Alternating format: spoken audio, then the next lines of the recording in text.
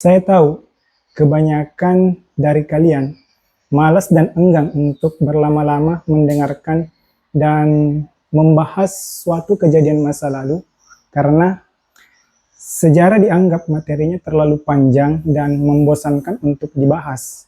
Yang sebenarnya sangat mudah bagi kalian untuk mendapatkan informasi mengenai peradaban manusia, sedari peradaban masa lalu, saat ini, dan kondisi peradaban yang akan datang. Karena telah banyak buku yang membahas persoalan ini. Namun pertanyaannya, pernahkah kalian membacanya? Pernahkah kalian memperhatikan dengan baik ketika guru ataupun dosen menjelaskannya? Mungkin jawabannya tidak, mungkin juga iya. Dan pertanyaan selanjutnya, kenapa saya tertarik untuk membahasnya? Karena menurut saya penting untuk diketahui agar kita sama-sama mampu bertahan di era ini dan era yang akan datang sehingga tidak menyesal di kehidupan masa lalu.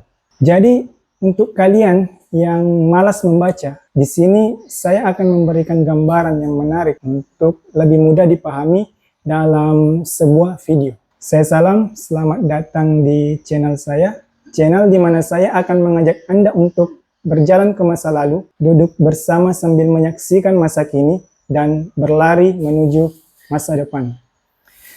Dengan mengetahui sejarah, mungkin kalian mendapat pelajaran penting mengenai paradigma atau cara pandang baru yang mempengaruhi keputusanmu hari ini dan menatap peradaban masa depan yang lebih baik. Tentunya perjalanan kita akan panjang, jadi pastikan kalian mencari tempat yang nyaman untuk menonton video ini. Kalau di zaman sekarang, smartphone sebagai alat survive kalian, berbeda ketika di zaman dahulu. Alat yang mereka gunakan adalah batu, alat yang digunakan sebagai senjata pertahanan diri dan berburu untuk mencari makanan. Zaman yang dimulai sekitar 3-4 juta tahun yang lalu, suatu zaman prasejarah di mana kondisi sosial manusia saat itu masih tergolong primitif dan hidup berpindah-pindah tempat untuk mencari makanan.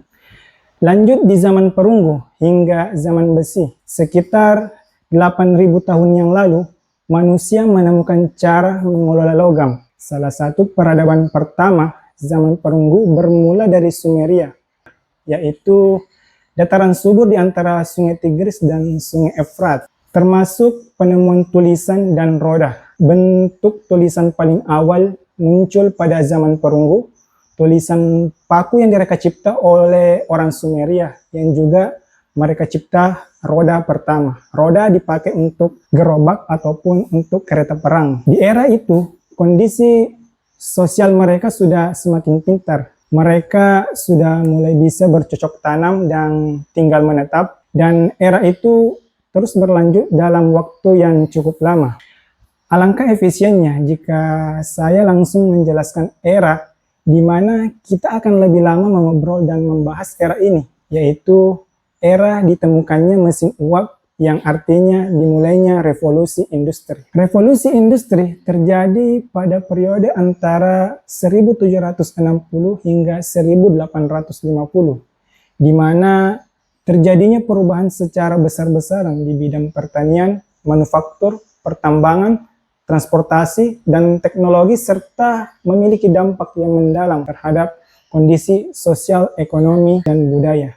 Singkatnya, revolusi industri adalah masa pekerjaan manusia di berbagai bidang mulai digantikan oleh mesin. Revolusi industri menandai terjadinya titik balik besar dalam sejarah dunia. Jika sebelumnya orang-orang bertani dan bercocok tanam, kini hampir semua orang mulai beralih ke industri, di mana efisiensi pekerjaan semakin baik berkali-kali lipat karena adanya mesin. Sejak adanya revolusi industri, secara pemikiran dan inovasi, umat manusia benar-benar berkembang dan maju.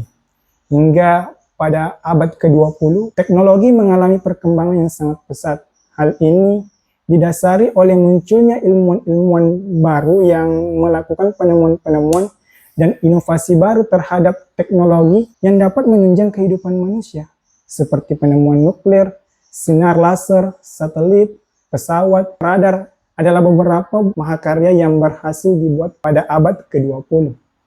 Semangat kemajuan teknologi tersebut membawa peradaban dunia menuju era abad ke-21 yang dimulai di tahun 2000-an hingga sekarang. Era ini segala efektivitas dan efisiensi penggunaan teknologi terus disempurnakan.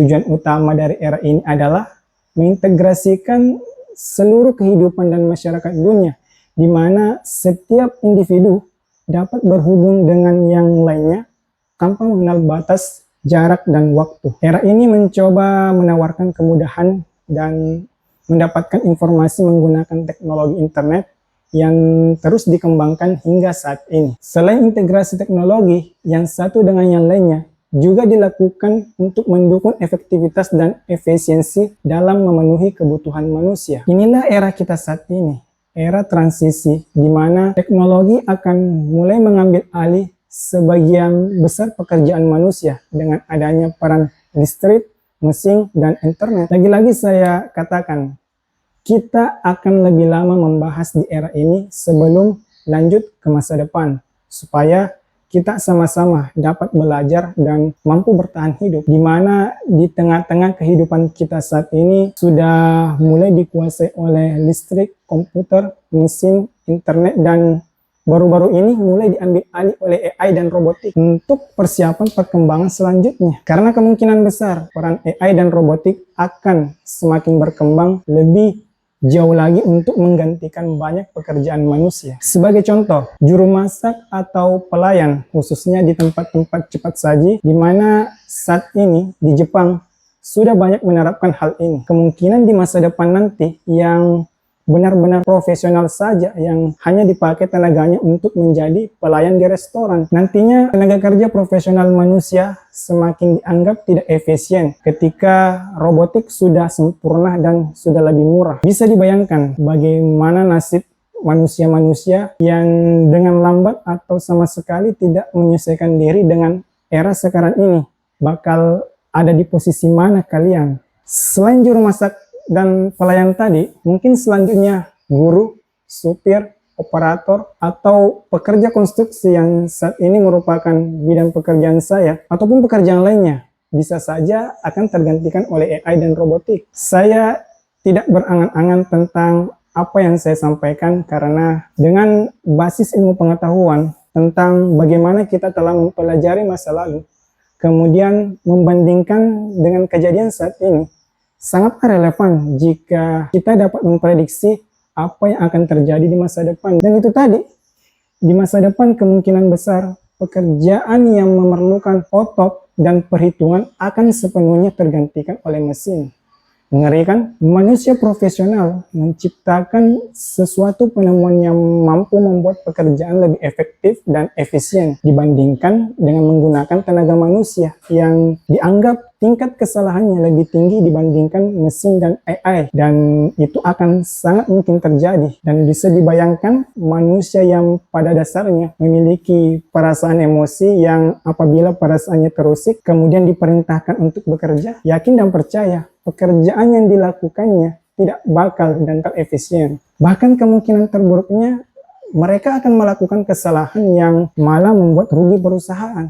Berbeda jika perusahaan tersebut menggunakan mesin dan sistem yang kapan saja mereka bisa perintahkan dan gunakan dengan hanya menekan tombol on off. Karena mesin dan sistem itu tidak memiliki perasaan. Selama kondisinya mampu beroperasi, dia akan langsung bekerja dan tidak akan melakukan drama-drama dengan dalil memperbaiki mood lah, memperbaiki fokus lah, ataupun butuh disemangatin dulu baru mau bekerja. Itulah kita sebagian manusia. Ada yang benar-benar ingin membangun peradaban, ada yang ingin menjadi manusia yang bermanfaat bagi manusia lainnya, ada pula manusia yang gila kerja, dan ada pula manusia-manusia yang malas, yang kerjanya hanya rebahan, scrolling sosial media, sedari bangun sampai tidur kembali. Itulah kita dengan segala keunikannya dan kebebasan kita dalam memilih bagaimana cara menikmati dan menjalani hidup. Sisa seperti apa tujuan dan orientasi kita. Namun Jika tujuan kalian benar-benar ingin bekerja untuk bertahan dan membangun peradaban yang lebih humanis di tengah-tengah kemajuan industrialisasi oleh sistem dan mesin, tentunya masih ada beberapa peluang yang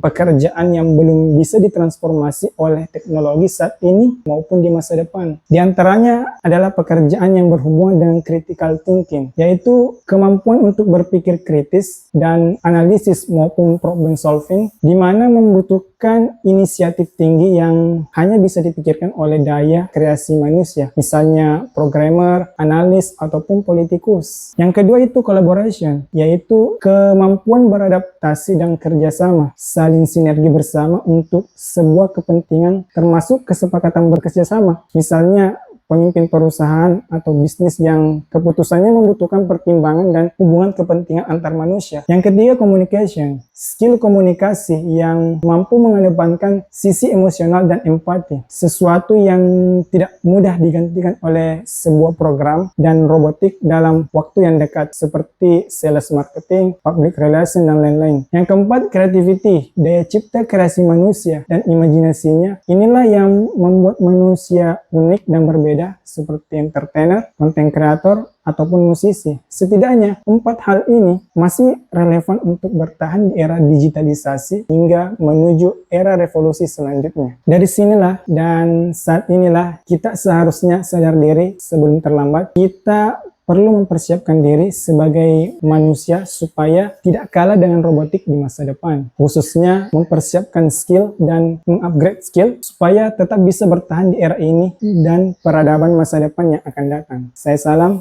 see you the next video.